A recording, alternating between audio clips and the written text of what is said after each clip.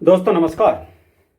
आज मुख्यमंत्री श्रृंखला की कड़ी में बात सिर्फ एक मुख्यमंत्री की नहीं बल्कि एक सरदार की, एक स्वतंत्रता सेनानी की, भोजपुरी साहित्य के क्रांति से अंग्रेजों को छक्के छुड़ाने वाले और शाहबादी शेर के नाम से विख्यात शख्सियत की।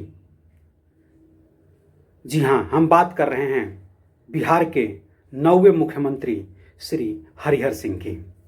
हरिहर सिंह जी का जन्म चौगाई गांव में बक्सर जिले में हुआ था और जो कि डुमराव क्षेत्र में पड़ता है। पढ़ाई लिखाई जिला स्कूल आरा से उनकी शुरुआत होती है पढ़ाई लिखाई की, और तब से ही वो आंदोलन से जुड़े गए। दरअसल हुआ यूं कि 1920 में राष्ट्रपिता महात्मा गांधी वहाँ पर आए थे और आने के बाद उन्होंने हरिहर सिंह जी के बातों से, और इनके मित्र थे रघुवंश जी, इन दोनों के बातों से बहुत प्रभावित हुए। और प्रभावित होने के बाद में इन दोनों को उस इलाके की जिम्मेवारी दे दिए और साथ में सरदार की उपाधि भी, और तब से नाम हो गया सरदार हरिहर सिंह। आज़ादी के बाद रघुवंश जी जो इनके मित्र थे वो कुछ पत्रिका का संपादन वगैरह किए और समाज सेवा के कामों से जुड़े रहे।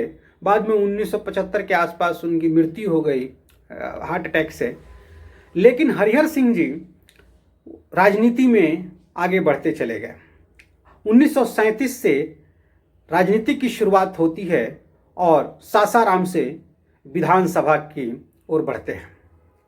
उसके बाद 1946 में 1951-52 के चुनाव में डुमराव विधानसभा से विधायक बनते हैं और 1957 में महेश प्रसाद सिंह और सत्यनारायण सिंह के विरोध के चलते उन्हें टिकट नहीं मिलता है और वो चुनाव हार जाते हैं।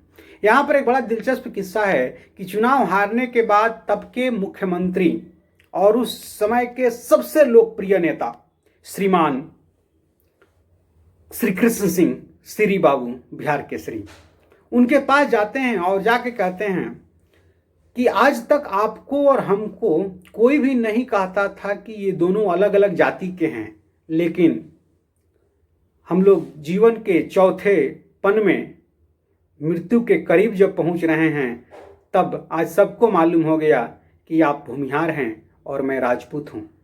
ये बात जब सुने तो कुछ जवाब नहीं दिए और उनके आंखों से आंसू निकलने लगे, लगातार आंसू निकलने लगे। हरिहर जी एक जगह लिखते हैं कि ऐसा मालूम हो रहा था कि आंखों की आंसू स्याही बनकर उन बातों की जवाब दे रही है।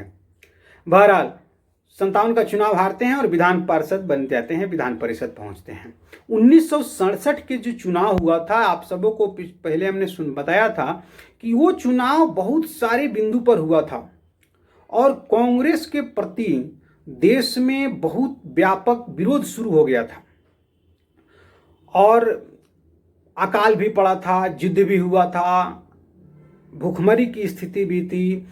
और बिहार जैसे प्रदेश में जो कि अभी भी पूर्ण रूप से कृषि पर ही डिपेंडेंसी है उनकी, और उस जमाने में क्या रहा होगा, आज से लगभग 50 साल पहले कृषि जो भी था कृषि पर ही था और अकाल पड़ गया था। उस हालात में जब इनको कृषि मंत्री का पदभार मिला तो जब ये किसानों से और कृषि की समस्या से जान रहे थे, समझ रहे थे, तब ये बहुत पीड़ित थे, कुछ करने के लिए बहुत उत्सुक थे कि किसानों के लिए कुछ किया जाए।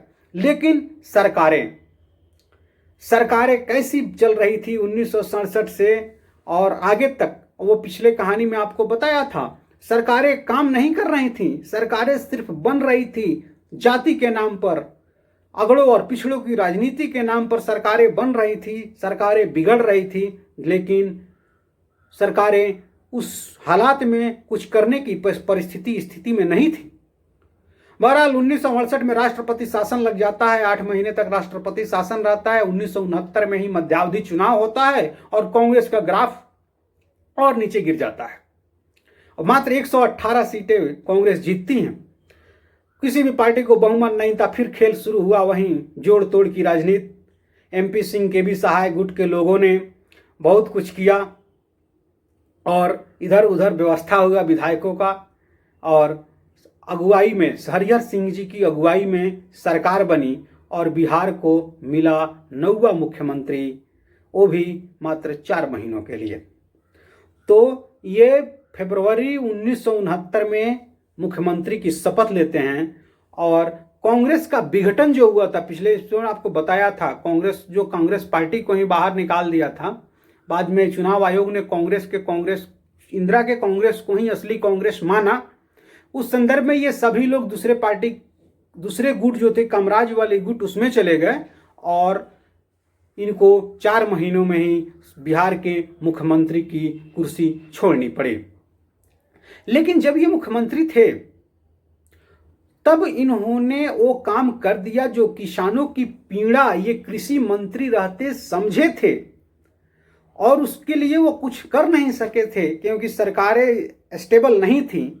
इनस्टेबिलिटी के चलते कुछ नहीं कर सके थे, उन्होंने कर दिया और बिहार के किसानों के तब के सबसे चहेते, सबसे लोकप्रिय नेता माने गए। इन्होंने तकावी ऋण को माफ किया, और वही तकावी ऋण जो किसान लोग लेते हैं फसल के पहले सीजन में लेते हैं और फिर उसके बाद में फसल की जब पैदावार हो जाती है तब उसको बेच करके अपना चुकाते हैं। तो उसको माफ किया और उस हालात में किसानों के लिए ये बहुत बड़ी आर्थिक मदद के रूप में साबित हुई और बहुत सारे किसान आत्महत्या करने से बच गए।